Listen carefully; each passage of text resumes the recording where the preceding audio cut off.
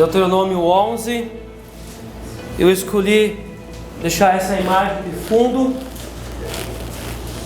temer, andar, amar, servir e guardar. São as 5 palavras que estão dentro desse texto, tanto do capítulo 10 como no capítulo 11. Vou pedir a ajuda de vocês. Vamos ler junto cada uma dessas palavras. Temer, andar, amar, servir, guardar. O texto do capítulo 11 tem 32 versos. Eu vou ler todos eles com você. E depois nós vamos meditar sobre algumas coisas. Amarás, pois, o Senhor teu Deus, e todos os dias guardarás os seus preceitos, os seus estatutos, os seus juízos e os seus mandamentos. Considerai hoje. Não falo com os vossos filhos que não conheceram nem viram a disciplina do Senhor vosso Deus. Considerai a grandeza do Senhor, a sua poderosa mão, o seu braço estendido, e também os seus sinais, as suas obras, que fez no meio do Egito a Faraó, rei do Egito, e toda a sua terra, e o que fez ao exército do Egito, aos seus cavalos, aos seus carros, fazendo passar sobre eles as águas do Mar Vermelho, quando vos perseguiam, e como o Senhor os destruiu até o dia de hoje. E o que fez no deserto, até que chegastes a esse lugar.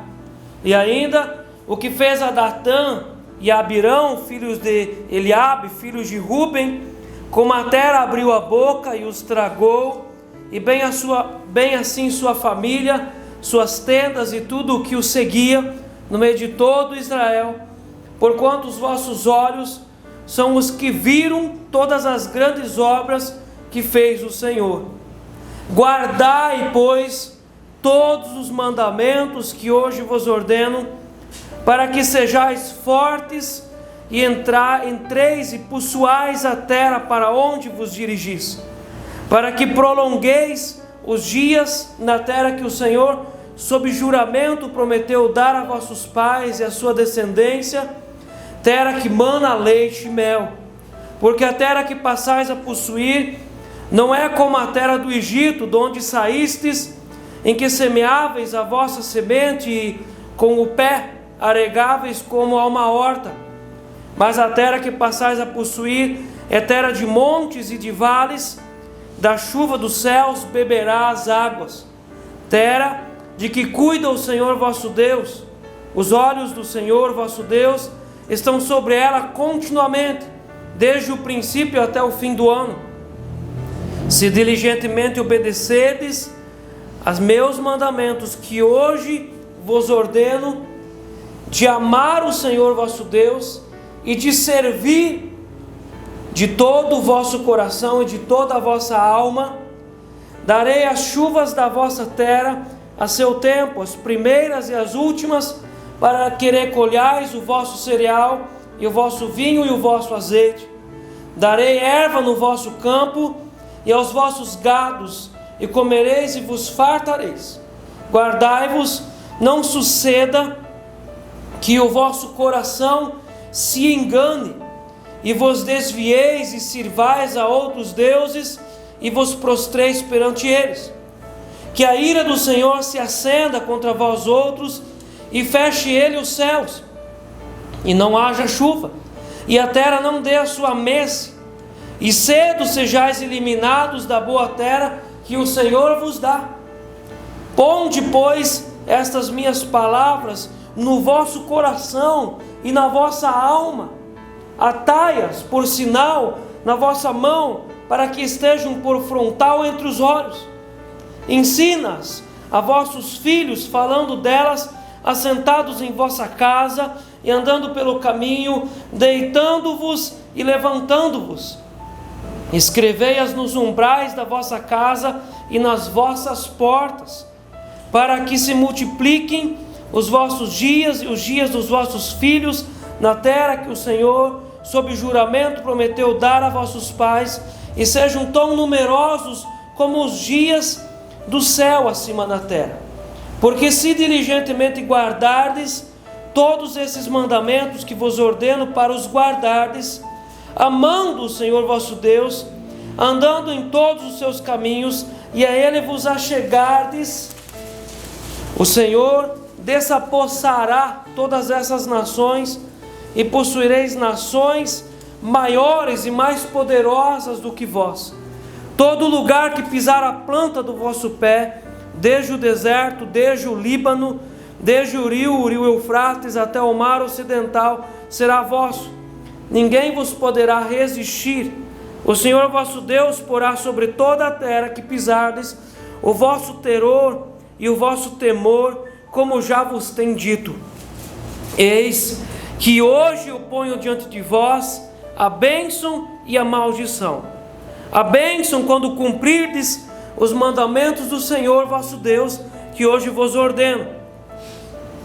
A maldição, se não cumprirdes os mandamentos do Senhor vosso Deus, mas vos desviardes do caminho que hoje vos ordeno, para seguirdes outros deuses que não conhecestes, quando, porém, o Senhor teu Deus te introduzir na terra que vais para possuí-la, então pronunciarás a bênção sobre o monte Gerizim e a maldição sobre o monte Ebal.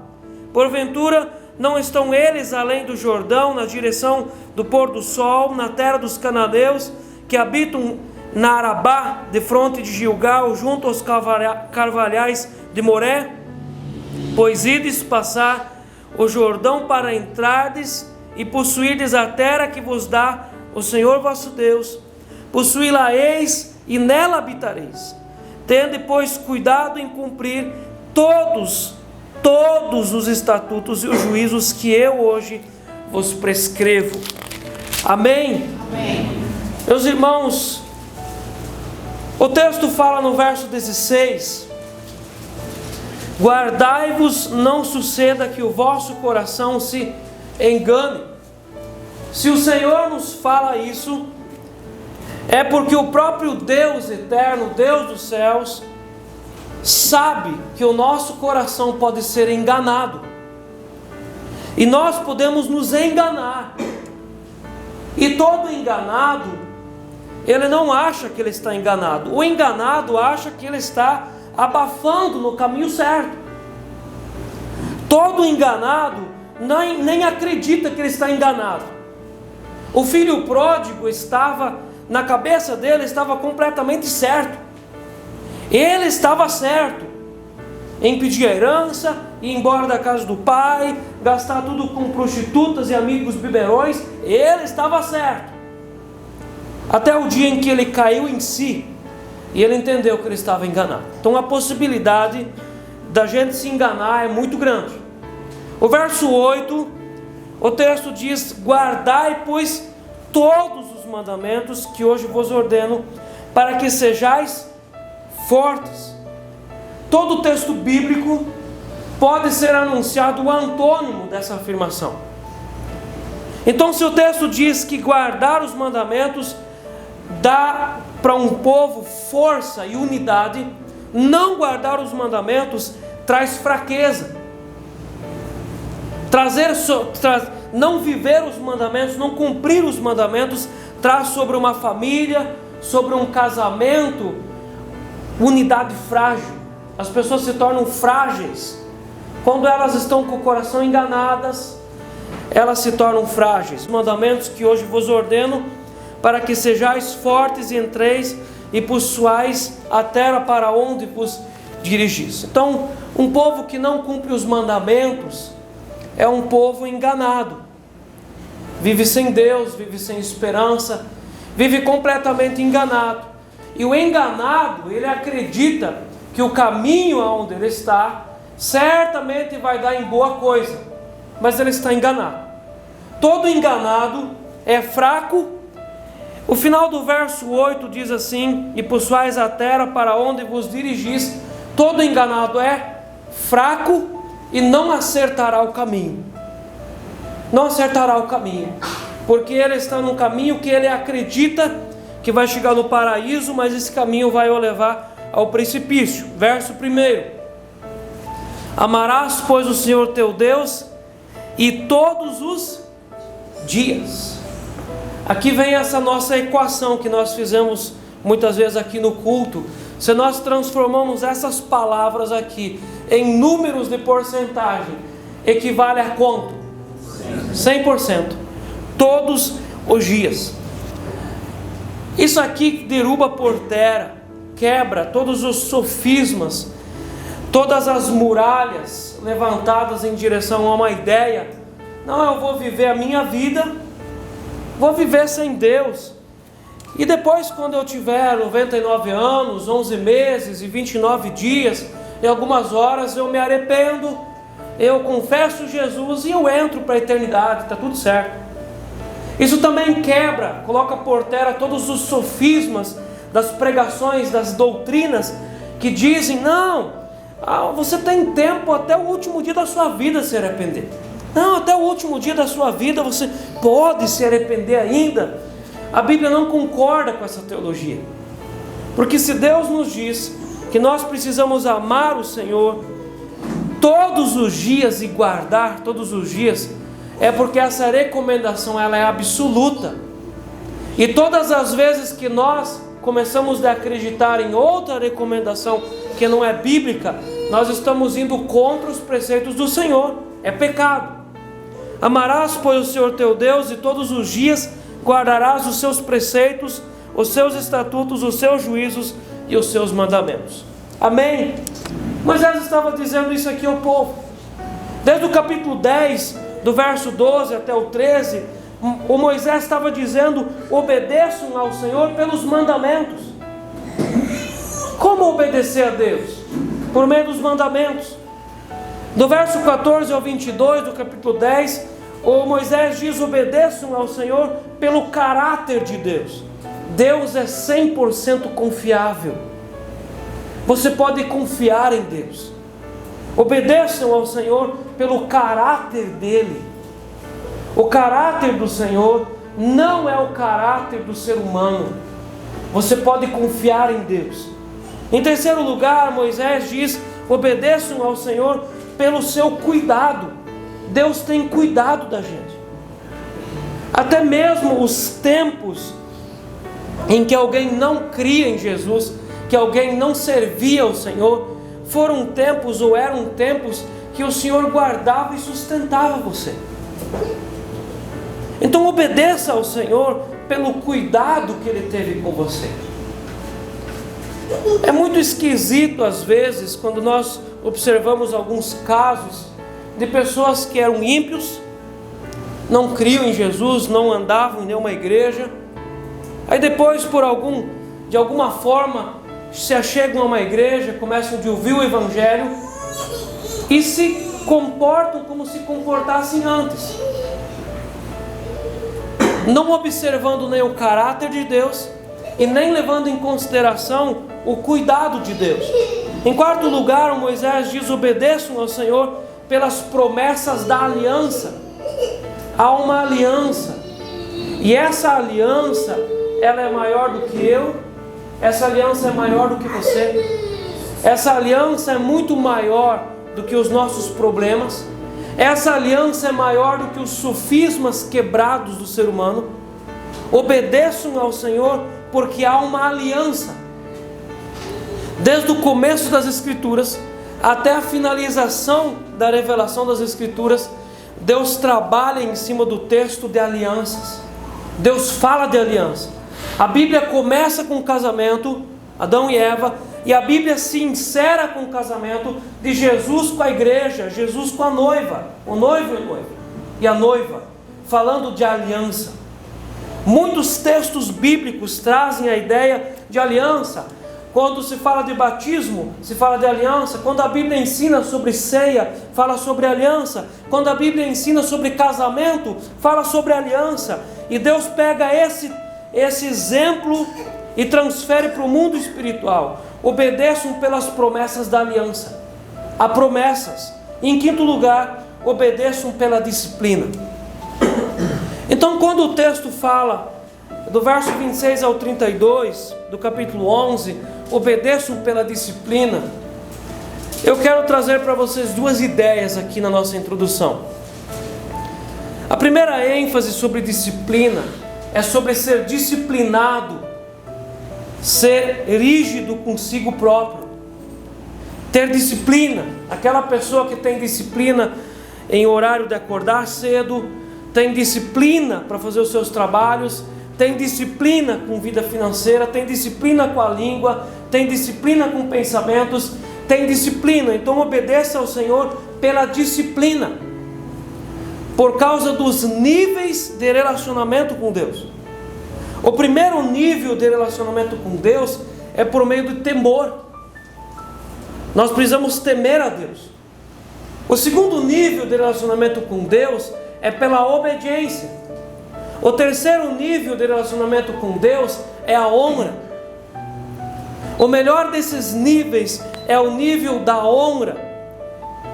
O nível da obediência, ainda nós fazemos as coisas contra a nossa vontade, ainda dói, arde, é complicado, mas é necessário obedecer.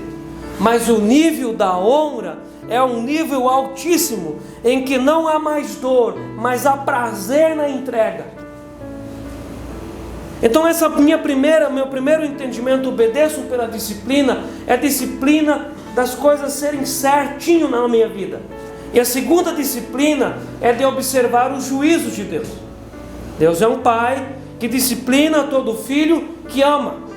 Deus não é um pai bonachão que deixa as coisas correrem às soltas de qualquer forma, mas o Senhor é um pai que disciplina aos filhos aos quais Ele ama.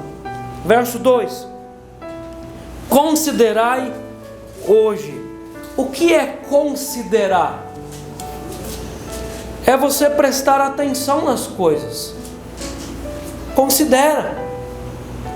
Quando nós tratamos alguém, uma família, um homem, uma mulher, às vezes por causa de dificuldade de casa, dificuldades, a primeira coisa que nós fazemos com essa pessoa é que ela senta e ela considera as coisas. Considera, pensa, reflita, como está a sua vida. E o texto começa no verso 2, trazendo essa implicação: considerai. E esse texto traz aqui uma ideia de tempo, para que a gente não deixe para amanhã. E o texto diz: considera hoje, porque há muitas coisas que são difíceis de digerir nos nossos pensamentos, que às vezes você prefere dizer: ah não, deixa para amanhã. Amanhã eu penso sobre isso, porque é muito complicado. Mas o texto diz: considerai hoje. Não falo como com os vossos filhos que não conheceram nem viram a disciplina do Senhor vosso Deus. Considerai a grandeza do Senhor. As obras de Deus, elas estão marcadas em toda a nossa vida. Essa é a primeira coisa que você precisa considerar. As obras de Deus, as mãos de Deus, elas estão marcadas na tua vida.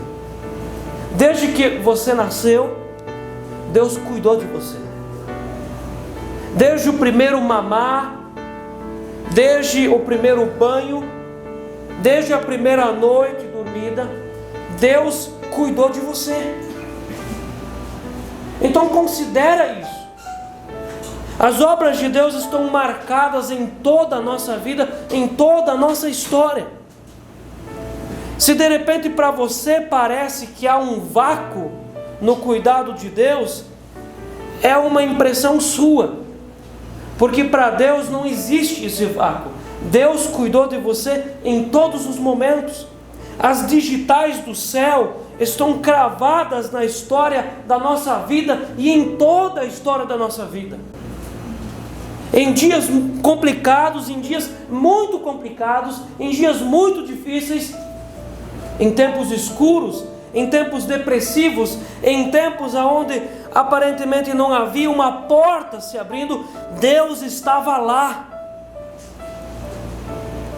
Nós temos tanta dificuldade de ver isso, que não há empolgação em nós.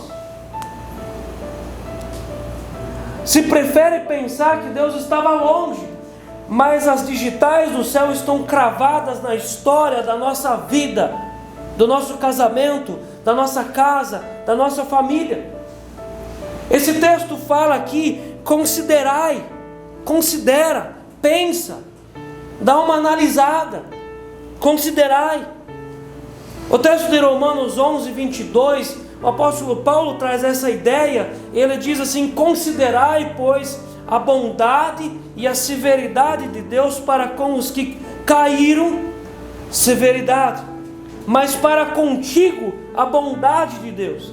Se nela permaneceres, de outra sorte, também tu serás cortado. Mas considera.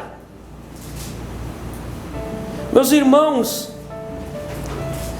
às vezes pode nos acontecer que o espírito dessa época acaba entrando na nossa casa.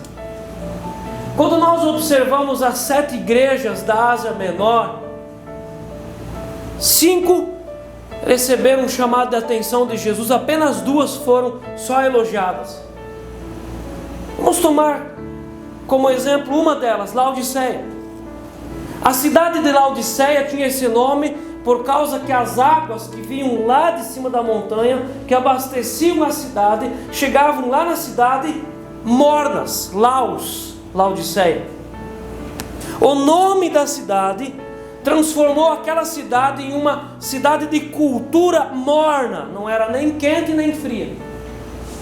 A igreja de Jesus que se instalou naquele lugar, com o tempo deixou entrar para dentro do seio da igreja esse mesmo espírito que veio da sociedade, e a sociedade contaminou a igreja, ao invés da igreja santificar a sociedade.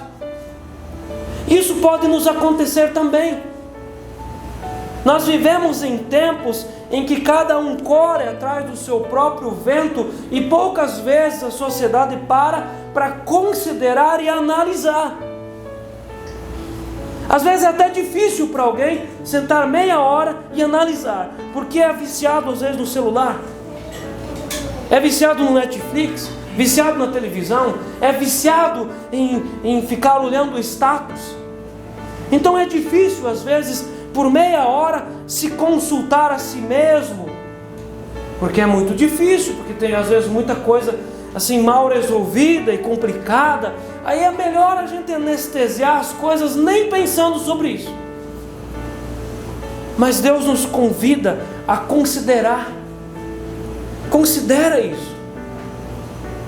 Às vezes as pessoas têm coisas difíceis na vida delas, que são como caroços no esôfago, e elas não querem pensar para considerar o porquê aquela causa, aquela situação chegou daquele jeito, daquela forma. Considera, pois, na severidade de Deus e na bondade de Deus. O texto em Isaías 59:1 diz assim: eis que a mão do Senhor não está encolhida, para que não possa salvar, nem surdo o ouvido dele, para que não possa ouvir. Porque a outra parte final do verso 2 diz assim: considerai a grandeza do Senhor, a sua poderosa mão e o seu braço estendido. É uma afirmação: o seu braço estendido. Considera a grandeza de Deus. Qual é o tamanho de Deus? Nós personificamos Deus. Deus é Espírito. Nós traduzimos para Deus aquilo que nós enxergamos materialmente e visivelmente. Nós falamos que Deus tem mãos, que Deus tem pés, as asas do Senhor, os olhos de Deus.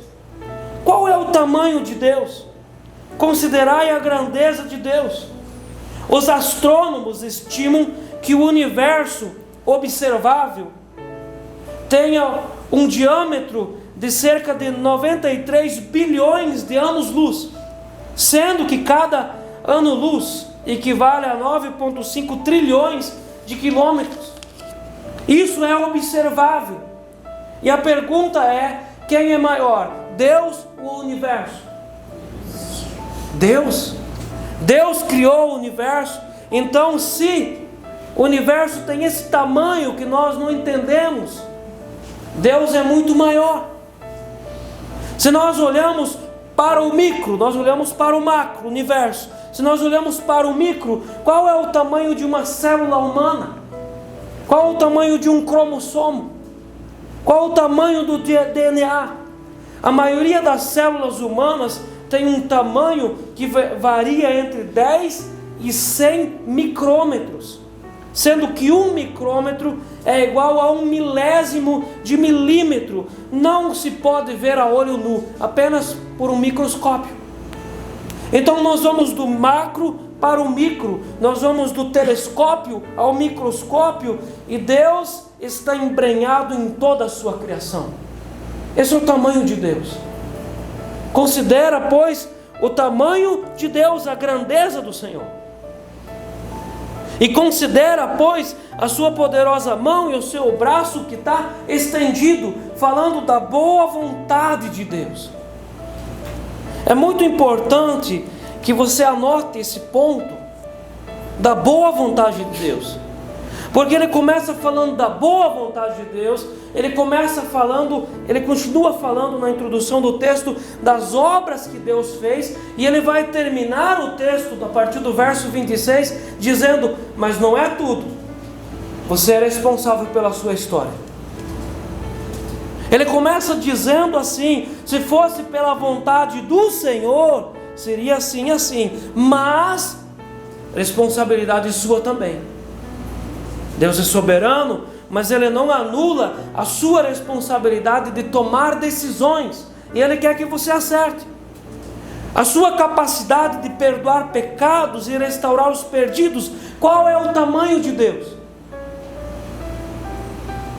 Qual é a grandeza do Senhor? A sua capacidade de perdoar pecados e restaurar os perdidos. A sua capacidade de nos ensinar com paciência e compaixão. Deus é riquíssimo em paciência. Considerai, pois, a bondade do Senhor. O verso 3: e também os seus sinais. Olha as coisas que nós precisamos considerar. Considera hoje o que? Primeiro, a sua grandeza, o tamanho do Senhor. Segundo, a sua poderosa mão e o seu braço estendido. Terceiro, também os seus sinais. E o Moisés começa a trazer aqui para o palco da vida, para todos aqueles que estavam ouvindo essa palavra, os sinais que Deus tinha colocado sobre eles. Eram mensagens. Meus irmãos, até esses dias atrás, nós tínhamos na nossa região uma seca muito severa. São sinais. Deus traz sinais sobre o nosso tempo. Quando o Senhor manda pragas para o meio das lavouras, são sinais. Quando alguém é iluminado para encontrar um defensivo para essas pragas, é sinais. Quando esses dias passados começou de voltar a chuva e nós começamos a receber as primeiras chuvas e o pessoal da lavoura começou a derramar a semente no solo, são sinais da misericórdia de Deus. Considera a misericórdia e a severidade de Deus. E Deus está dizendo aqui: eu quero fazer um vínculo com vocês, eu quero me vincular com vocês. Faça um vínculo comigo, observando as minhas obras. Nós não podemos deixar entrar na nossa vida esse mesmo espírito do mundo que não observa as coisas espirituais de Deus e não tem discernimento para entender as coisas que acontecem no universo. Quando Jesus fala sobre os fins dos tempos, nós estamos vendo esses fins dos tempos. Considera. Dá uma pensada, olha, e o amor se esfriará em quase todos. Filhos se levantam contra os pais, esposas se levantam contra o marido, liderados se levantam contra líderes, líderes são de mão injusta com os liderados. Considerai os sinais, considerai os sinais dos fins dos tempos. Deus está dizendo: eu quero fazer um vínculo com vocês, observa os meus sinais, verso 3 em diante, e também os seus sinais, as suas obras, que fez no meio do Egito, a Faraó, rei do Egito, e a toda a sua terra. São sinais, e esses sinais precisam nos trazer duas mensagens. A primeira mensagem, nós precisamos olhar para Deus como um pai que nos defende e nos guarda, porque Deus pega a sua vara, corrige o Egito, quebra o Egito, disciplina o Egito, como um pai que defende os seus filhos, como uma águia que defende os seus filhotes. Deus é como um pai que cuida dos seus. A segunda mensagem, quando o texto diz: considerai as obras que eu fiz no meio do Egito, considera. Porque da mesma forma como o Senhor derramou juízo no meio do Egito, esses mesmos juízos o Senhor pode derramar sobre vocês. E nós voltamos a falar que é uma compactação do texto de Deuteronômio para o Deuteronômio 28. O Deuteronômio 28 vai falar de tudo isso, para que não venham sobre vocês as doenças, os perigos, os juízos que vieram sobre os egípcios. Nós precisamos prestar atenção nos sinais de Deus na nossa vida. Olha o que Deus tem feito, aonde Deus tem nos tocado, em qual área da nossa vida tem entrado o medo. Por que Deus tem nos tocado com temor? Por que Deus tem nos tocado com dores? Por que Deus tem nos tocado com faltas? Por que Deus tem nos tocado com preocupações? Considera. Nós não podemos ser complacentes com todas as situações e ficar explicando tudo, colorindo as coisas. Não, isso aqui vai dar certo. É ser complacente.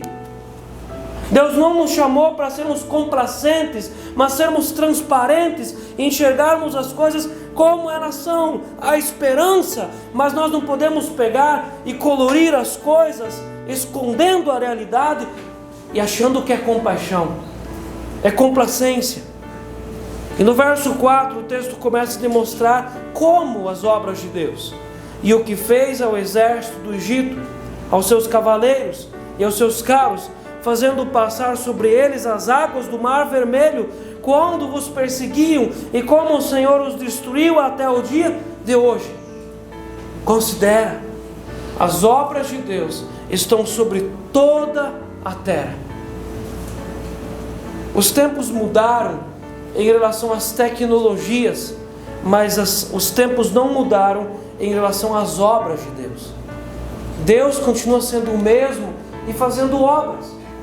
E da mesma forma como esse povo aqui não conseguia ver as obras de Deus, da mesma forma a igreja dos nossos dias parece que não enxerga as obras de Deus sobre a terra. Verso 5: e o que fez no deserto, até que chegasses a esse lugar, o sustento. 6: e ainda o que fez a Datã e Abirão. Lembra da revolta de Corá? A rebeldia. Como que Deus corrigiu Datã e Abirão e Corá, e a terra se abriu e Deus matou eles. Deus é um Deus severo. Considerai, pois, a severidade daqueles que mexem ou ultrapassam limites. Ainda o que fez a Datã e Abirão, filhos de Eliabe, filho de Ruben, como a terra abriu a boca e os tragou, e bem assim a sua família, suas tendas e tudo o que os seguia no meio de todo o Israel. Considera.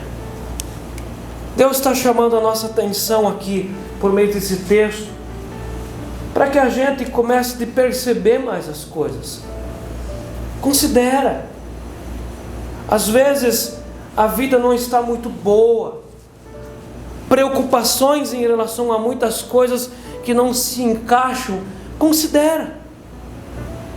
Dá uma pensada, analisa. Às vezes a correria da vida, 120 km por hora, todos os dias, está tirando de você a possibilidade de considerar o porquê algumas coisas estão acontecendo na tua história.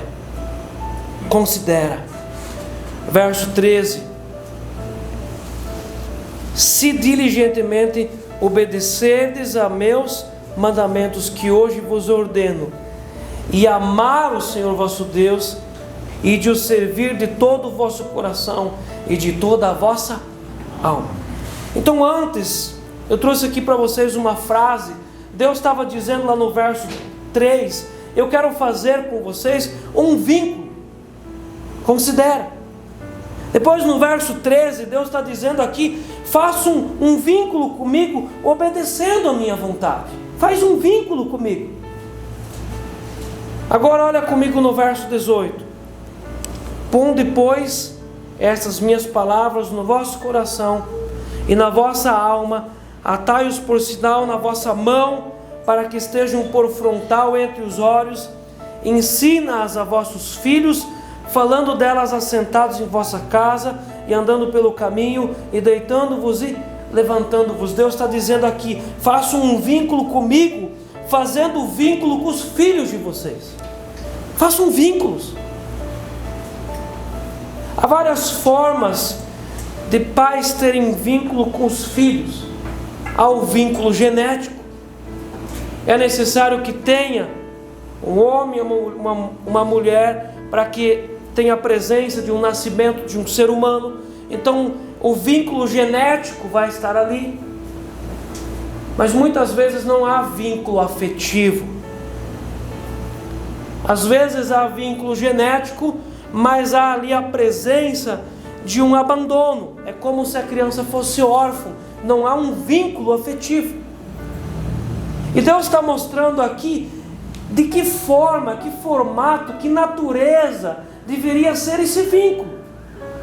Porque um pai e uma mãe também podem fazer vínculos de várias formas com seus filhos. Imagine um pai que ensina os seus filhos a lutar jiu-jitsu. Então é uma forma de dar um vínculo para os seus filhos. Imagine um pai que começa a ensinar desde cedo o seu filho a mexer no celular. Então a criança fica ali eufórica, esperando o pai e a mãe voltar do trabalho, porque o pai e a mãe vão trazer o celular. Então o pai e a mãe vão sentar e deixar eu usar o celular para os meus joguinhos. É um vínculo afetivo por meio daquela natureza. Nós precisamos observar muito isso. Como é a natureza que os filhos do Senhor fazem com os seus filhos? É o vínculo do ensino. 19. Ensinai-as a vossos filhos, falando delas assentados em vossa casa, e andando pelo caminho, e deitando-vos e levantando-vos. Faça um vínculo comigo, fazendo um vínculo com os filhos. Deus é um pai geracional.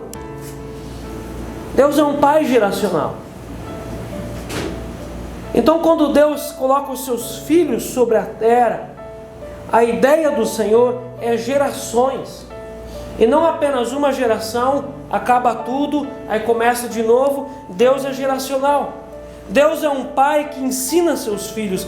E os filhos de Deus imitam seu pai, ensinando os seus filhos. E pais criam um vínculo com os filhos por meio de diálogo. Que diálogo? Ensina a palavra de Deus. Quando nós olhamos para o capítulo 6, esse texto nós já passamos por ele, do verso 6 em diante. O capítulo 6, verso 6, essas palavras que hoje te ordeno estarão no teu coração. Tu as inculcarás a teus filhos, e delas falarás assentado em tua casa, e andando pelo caminho, e ao deitar-te, e ao levantar-te.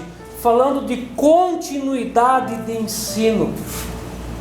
Meus irmãos, quem tem filhos não só quem tem filhos, mas todo cristão, mas quem tem filhos precisa viver tão profundamente, a ponto de contar para os filhos as histórias bíblicas e as histórias acerca do que Deus fez na sua vida. Conte isso para os seus filhos. Crie vínculos espirituais com os teus filhos. Como é importante para um pai e para uma mãe contar para os seus filhos a história do que eles viveram. Contar para os filhos, olha, assim aconteceu. Então o papai e a mamãe começaram a orar e pedir para Deus uma resposta, e Deus respondeu. E aquilo é inculcado na mente dessa criança, é dado para a criança um caminho, uma estrada. E quando essa criança passar por uma dificuldade, ela saberá o que fazer e como fazer. Meus irmãos, em muitas casas eu não tenho visto isso. De verdade. Há pais e filhos que crescem, e o único lugar que esses filhos ouvem sobre Deus, sobre a palavra, é na igreja. Em casa não tem. Dificilmente esses filhos vão ver o pai e a mãe ouvindo uma música, ouvindo uma pregação, lendo a palavra ou lendo um livro cristão. Muito dificilmente. E o que marca a mente espiritual de uma criança é quando os pais ensinam a palavra para os seus filhos. Quando os pais se importam em ter um material em casa para as crianças pintarem, contar a história desse material. Olha aqui, Jesus ensina sobre orar sempre. Então o pai e a mãe dão um material para essa criança, e essa criança se coloca a pintar. Enquanto ela está pintando, ela marca na sua imaginação como orar sempre e não desistir. Não subestime uma criança. Há igrejas e ideias ideológicas, teológicas, que acreditam que só depois dos 10, 12 anos que uma criança pode conhecer Jesus. A Bíblia ensina que desde bem pequenininha uma criança precisa ouvir sobre a salvação. Qual o tamanho da importância de um pai e de uma mãe orarem e os filhos olharem e verem o pai e a mãe orando? Assistir o pai e a mãe orando, assistir o pai e a mãe lendo a Bíblia e orando, o pai e a mãe se relacionando com Deus, para que essas crianças entendam o caminho espiritual desde pequenas e elas sejam encaminhadas o quanto antes para os caminhos da salvação, para que o Espírito Santo cuide da vida delas. Deus está dizendo: faça um vínculo comigo, fazendo vínculos espirituais com os filhos de vocês. Verso 26, nós caminhamos para a gente encerrar a nossa meditação. Deus está dizendo aqui, o quarto vínculo do texto: faça um vínculo comigo, fazendo a escolha certa. Meus irmãos, quantas pessoas que dão muro em ponta de faca, escolhem a coisa errada, acreditando que a coisa errada vai se transformar em bênção. Não vai. Quando se percebe então que a coisa errada não vai se transformar em bom caminho, então se espiritualiza isso. Não, Deus proverá. Acho que Deus vai transformar o pecado em bênção agora. Não vai. O texto lá no começo do 11 começa mostrando as obras de Deus, a vontade de Deus e a mão de Deus estendida. Mas vai terminar falando o 26: eis que hoje eu ponho diante de vós a bênção e a maldição. É eu e você que somos responsáveis pela bênção ou a maldição na nossa vida. Nós precisamos escolher. O caminho da salvação não é apenas uma porta, mas é um caminho. Uma porta nós entramos, o caminho nós trafegamos, nós caminhamos. Mas dentro dessa caminhada, há muitas escolhas que precisam ser feitas. E Deus coloca diante de nós a bênção e a maldição. Verso 27. A bênção quando cumprirdes os mandamentos do Senhor vosso Deus, que hoje vos ordeno. A maldição, se não cumprirdes os mandamentos do Senhor vosso Deus, mas vos desviardes do caminho que hoje vos ordeno, para seguirdes outros deuses que não conhecestes.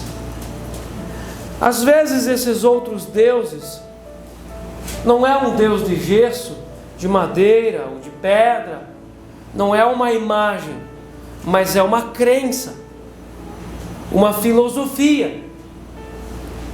A partir do momento em que você começa a acreditar que não obedecendo a Deus vai dar certo, é um ídolo. Porque se despreza Deus, se despreza a palavra da eternidade para se crer em algo que é do mundo. É um ídolo, é a mesma coisa que um ídolo e traz as mesmas maldições da idolatria. Porque é desobediência. Quando o texto diz no 5º mandamento: honra o teu pai e tua mãe, para que se prolonguem os teus dias sobre a terra que o Senhor Deus te dá. Perceba você que esse mesmo preceito Deus tem em relação a ele. Porque o texto aqui diz que se vocês obedecerem, vocês terão vida longa. Mas se vocês não obedecerem, vocês vão ter que morrer pela espada dos inimigos. E veja você que esse preceito, honra o teu pai e tua mãe, para que se prolongue os dias sobre a terra, tem o mesmo castigo nele que tem a idolatria. Então não obedecendo isso é idolatria. É a mesma maldição da idolatria. É abandono de Deus. Os filhos querem aquilo que Deus quer. É isso que Deus está propondo aqui. Queira aquilo que eu quero. Faça um vínculo comigo, escolha a coisa certa. O pastor Warren Wiersbe diz o seguinte: a conclusão era que o povo precisava escolher se iria obedecer a Deus e desfrutar as suas bênçãos, ou se iria desobedecer e sofrer a disciplina. Seria de se esperar que a escolha fosse fácil, pois quem iria querer a disciplina de Deus? Quem aqui de nós quer a disciplina de Deus?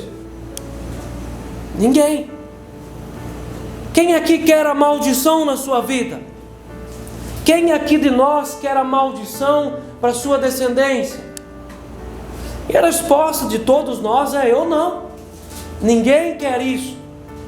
Mas sim, como crianças que desafiam as ordens dos seus pais, sabendo muito bem que sua desobediência resultará em castigo, também o povo de Deus desobedece ao Senhor deliberadamente e despreza a sua vontade. Despreza. E desprezar a vontade de Deus é trazer sobre si a maldição e não a bênção. Esse mesmo texto nos é repetido no capítulo 30. Se você é rápido, você pode ir até lá. O capítulo 30, verso 15. Outra vez o Senhor repete isso. Vê que proponho hoje a vida e o bem, a morte e o mal. Eu proponho e você vai escolher.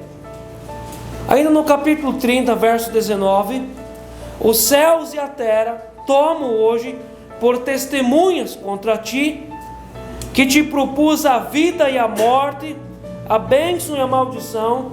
Escolhe, pois, a vida para que vivas, tu e a tua descendência, porque Deus é geracional. Ele não pensa apenas em uma geração, Ele pensa em gerações.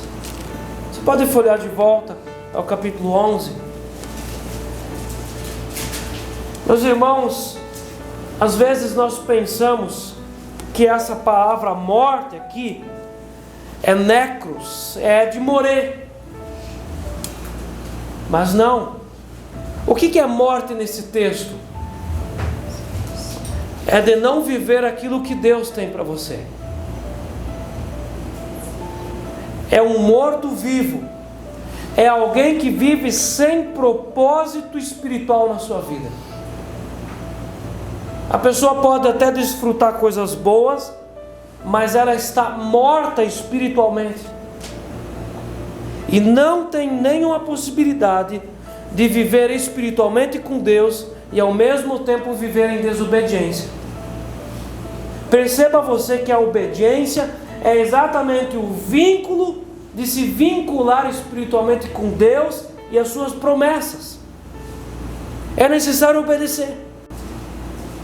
A partir do momento em que Adão e Eva não obedeceram mais ao Senhor, pararam de ouvir a Deus e começaram a ouvir a serpente, entrou neles a morte. E a partir dali eles estavam debaixo da condenação da morte. Eles não morreram imediatamente como Ananias e Safira, mas eles dali para frente só foi para trás. A morte entrou na vida deles. É dessa forma que a morte entra na vida, na família, no casamento, na casa de muitas pessoas. Na desobediência, na desonra. E a morte entra e ela se estabelece como maldição. E maldição é viver uma vida todinha e um dia chegar diante de Deus e Jesus falar: eu não te conheço, eu não sei quem você é, afastai-vos de mim, porque você praticou iniquidade.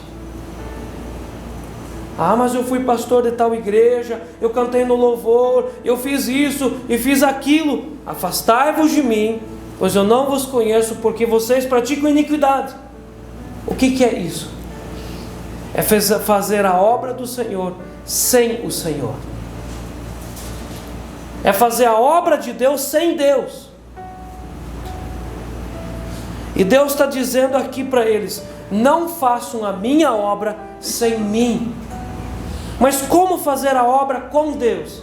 Obedecendo, se vinculando corretamente com Deus, para que vocês façam, não apenas trabalhem para mim, mas trabalhem comigo, para vocês terem vida e vida em abundância.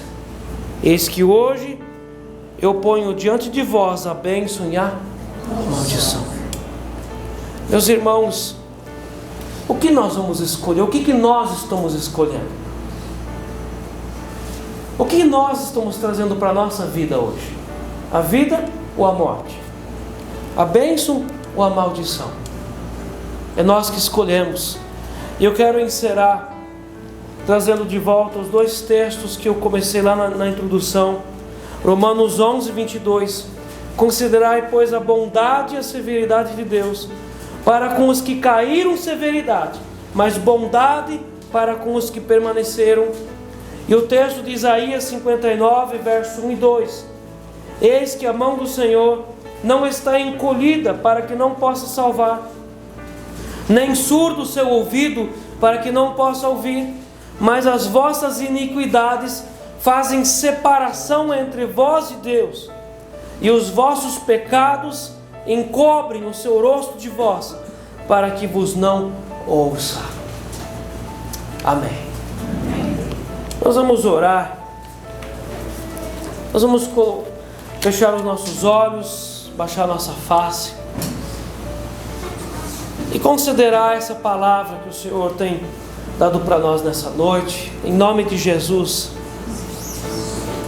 eu quero te agradecer, meu Pai, pela luz da Tua palavra, pela transparência e o entendimento da Tua palavra, pela clareza desse ensino, e como o Teu servo Moisés tem sido tão enfático e tão direto com o ensino verdadeiro. Seu Deus, eu quero apresentar diante do Senhor, Pai, o coração de cada ouvinte aqui nessa noite. Seu Deus, aqueles que ainda não tomaram uma decisão para o Senhor, que o Senhor tome essa noite o coração, a alma e o espírito, para que cada um considere no seu coração a sua vida espiritual com o Senhor. Eis que o Senhor coloca diante de nós todos os dias a bênção ou a maldição. Seu Deus, dá-nos consciência e clareza nas escolhas nossas de cada dia.